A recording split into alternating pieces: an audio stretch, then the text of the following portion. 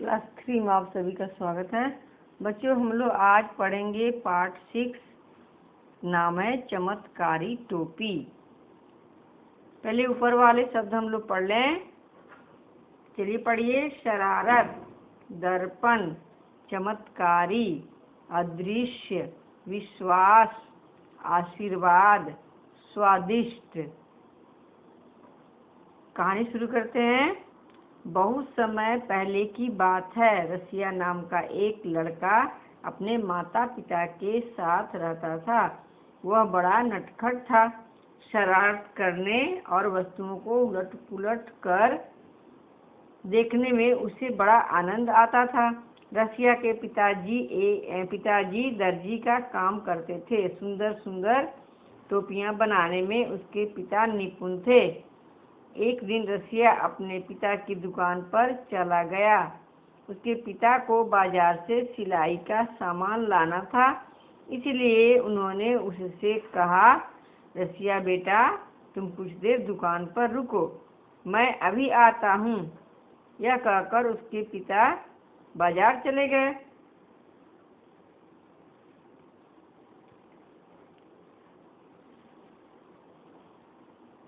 उनके जाने के बाद रसिया ने टोपियां लगाकर देखना शुरू किया। अचानक उसकी नज़र एक सुनहरी टोपी पर पड़ी। उसे वह टोपी दूसरी टोपियों से अलग जान पड़ी। उसने वह टोपी पहनी और दुकान में लगे दर्पण में अपना चेहरा देखना चाहा, लेकिन यह क्या, उसे तो दर्पण में अपना चेहरा ही दिखाई नहीं दिया। उसकी समझ में कुछ नहीं आ रहा था। क्या उसे दिखाई देना बंद हो गया था? उसने झट से टोपी उतारी और दर्पण की तरफ देखा। इस बार उसे अपना चेहरा दिखाई दे गया था। उसने 2-3 बार ऐसा किया। अब उसे विश्वास हो गया कि वह कोई चमत्कारी टोपी है और इसे पहनने के बाद व्यक्ति अदृश्य हो जाता है। रसिया ने टोपी पहन ली और अपने पिता के आने की प्रतीक्षा करने लगा। रसिया के पिता वापस आए तो उन्हें रसिया कहीं दिखाई नहीं दिया। रसिया, तुम कहाँ हो? पिता ने आवाज़ दी। पिताजी, मैं यहाँ हूँ, आपके सामने ही तो बैठा हूँ। रसिया ने उत्तर दिया। बेटा, मुझे तो तुम कहीं दिखाई नहीं दे रहे। पिता ने पुनः कहा। अब रसिया को अच्छी तरह विश्वास हो गया कि वह टोपी साधारण नहीं है। उसने पिता से कहा कि वह घर जा रहा है। रास्ते में उसने देखा कि एक भूखा लड़का हलवाई से कुछ मिठाइयाँ खाने को मांग रहा था। हलवाई ने उसे डांट कर भगा दिया। रसिया को उस पर दया आई।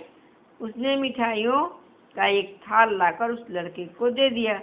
थोड़ा आगे चलकर रसिया ने देखा कि एक बूढ़ा व्यक्ति सड़क पार करने के लिए लोगों से सहायता मांग रहा था। रसिया ने उसे सड़क पार कराई।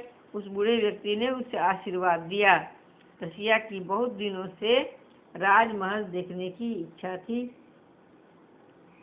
इस बार वह टोपी हाथ में लेकर चलने लगा। उस रास्ते में एक जंगल था।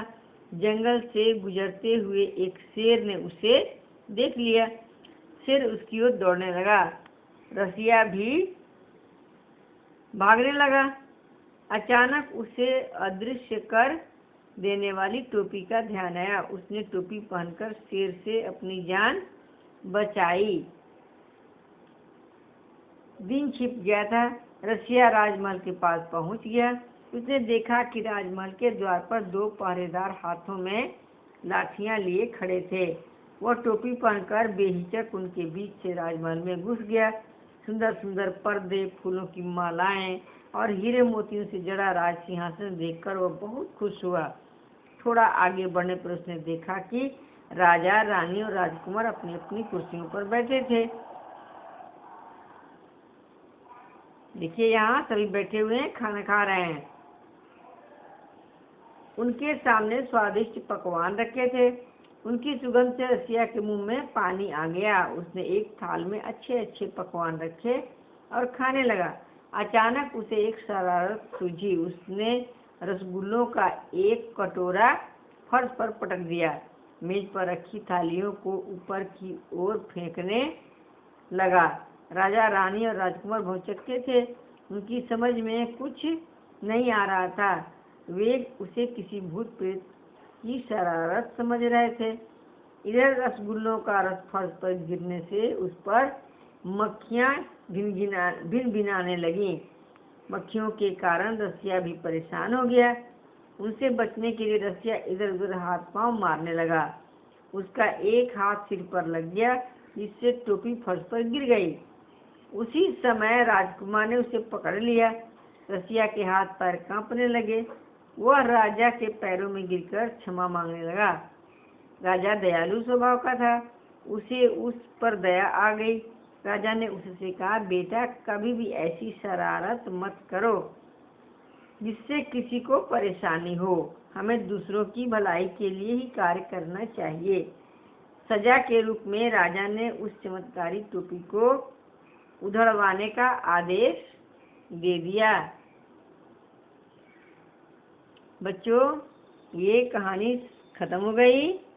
अब आप लोग शब्दार्थ याद कर लीजिएगा और पाठ को भी हिज्जे लगाकर अच्छी तरह पढ़ना है। और कहानी से क्या शिक्षा मिली कि हमें दूसरे को परेशान करने वाला कोई भी काम नहीं करना चाहिए। तो देखिए शब्दार्थ क्या है। निपुण यानी कार्य करने में कुशल। अदृश्य जो आँखों से दिखाई न दे। आशीर्वाद भला चाहने की इच्छा सूचक वाक्य। राजमहल राजा का महल। पहरेदार पहरा देने वाला। राज सिंहासन राजा के बैठने के लिए बना सिंहासन। स्वादिष्ट जो खाने में अच्छा लगे। भौचक्का रह जाना, हक्का बक्का रहना, मुंह में पानी आना, ललचा जाना।